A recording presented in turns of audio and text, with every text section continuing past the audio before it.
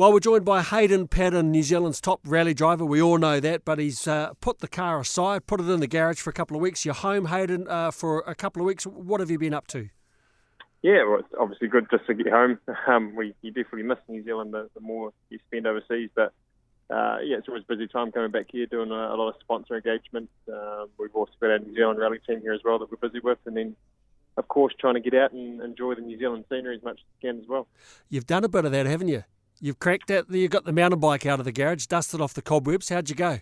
Yeah, no, I love the mountain biking. It's like my little escape, if you like, from everything else and from the world, and especially when you go up in the high country and up in the hills and you go somewhere where people haven't gone before. It's it's quite relaxing, if you like. Are you pretty handy on the bike? Oh, I don't know about handy. I call it a hobby. So, but I guess we'll find out this weekend. We're actually doing the Mototapu mountain bike race down in Wanaka. So put ourselves against the clock and see how we go. Oh yeah, that's a tough old bike ride. Yeah, I think it's 47k or something, and it's not too bad.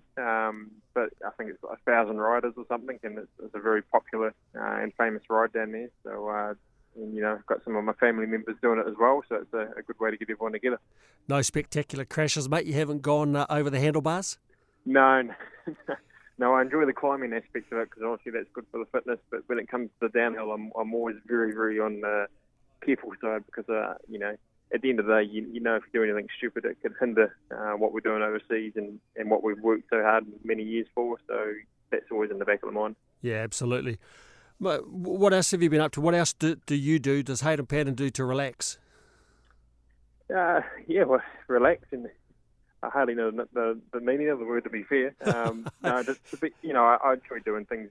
We've got the New Zealand rally team here in New Zealand, which keeps me quite occupied, and we're just about to launch that with some new drivers. And between myself and my father, we're managing it, and obviously the 6 rallies coming up with that.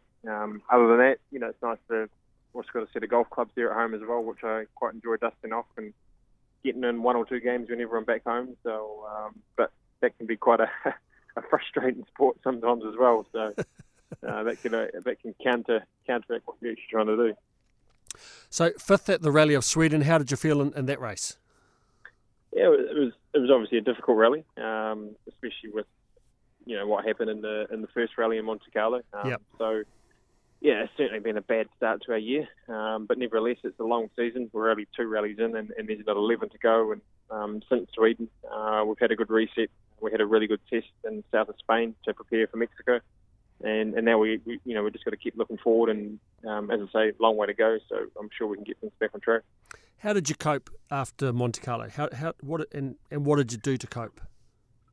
Yeah, obviously it was a tough time, not just for myself, but various people, and a lot of it was really just a matter of keeping to yourself a little bit and trying to stay focused and trying to look ahead and trying not and obviously think about what had happened, because obviously it already happened. I'm sure lessons will be learnt from the governing body and from a lot of people involved to ensure it doesn't happen again. But from my respect, obviously spoke to the family and just tried to calm things down there. And then it's really, as I say, about a matter of just trying to look forward and keep going in the direction that we're going.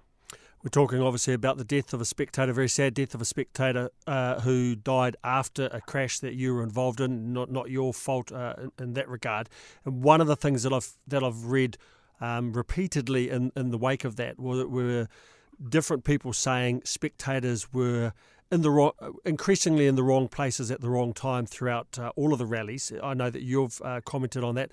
How big an issue is it with spectators getting, they all want to get the great vantage point, don't they? But sometimes they put themselves in very dangerous situations. How often do you come around a corner and say, boy, oh boy, that bloke shouldn't be there?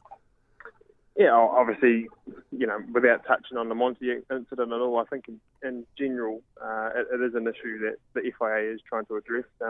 It's certainly a lot better than what it used to be. You've only got to look back to the 80s, back in the Group B days, and it was absolutely ludicrous. So it's certainly a lot more under control now, but obviously it's very hard for marshals and the event organisers to control hundreds of thousands of spectators out on stages, and it does come back to people having to take a little bit of responsibility for themselves and the governing body having to educate spectators to know where is and where isn't safe. So generally it's not bad, but yeah, for sure you do come across places where it does catch you by surprise and does take you a little bit back. And of course, us as drivers, it's our responsibility to also work with the FIA and report those instances and hope that it can improve.